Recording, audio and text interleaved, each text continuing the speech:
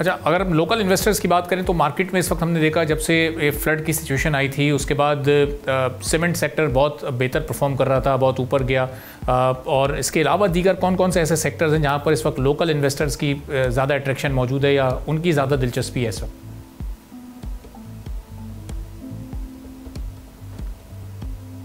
एहसन साहब, मेरी आवाज़ आ रही है आपको? देखिए, इस वक्त अक्रॉस द बोर्ड हम देख क्राइसिस जो है उसके खात्मे के लिए जो है गवर्नमेंट ने काफी ज्यादा एफर्ट की हैं। सर्कुलर डेट क्राइसिस जिस तरह से सॉल्व होगा, आई थिंक वो भी एक रीजन बनेगा। सेकेंडली जो है वो हम ये भी देखेंगे कि आगे जो गवर्नमेंट की प्राइवेटाइजेशन की जो डिलिब्रेशन है, आई थिंक वो भी एक मेजर रीजन होगा कि जिसके साथ फॉरेन इन्वेस्टमेंट जो है पाकिस्तान मार्केट का रुख करेगी। सही। और हम इंडेक्स को बहुत बड़ी तादाद में बहुत तेज़ी के साथ ऊपर जाता देख रहे हैं। अभी समझिए कल ही की बात है, कुछ अरसे पहले ये 6 फिगर्स में दाखिल हुआ था, अभी 150 भी क्रॉस कर गया है। मार्केट का जो वॉल्यूम है वो भी इसी तेज़ी के साथ बढ़ता जा रहा है। इन्वेस्टर्स का एतमाद भी इतना ही ठोस और काबिल एतमाद है जिस तेज़ी से ये इंडेक्स इस वक्त ग्रो कर रहा है।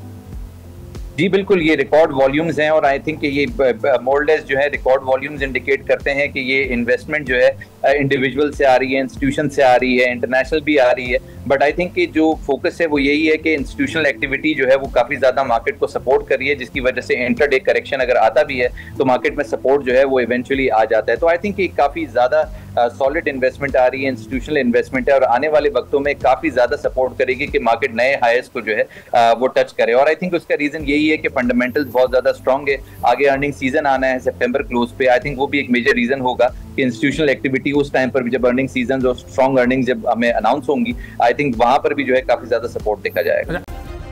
सब्सक्राइब करें और बेल दबाएं ताकि कोई खबर रह न जाए।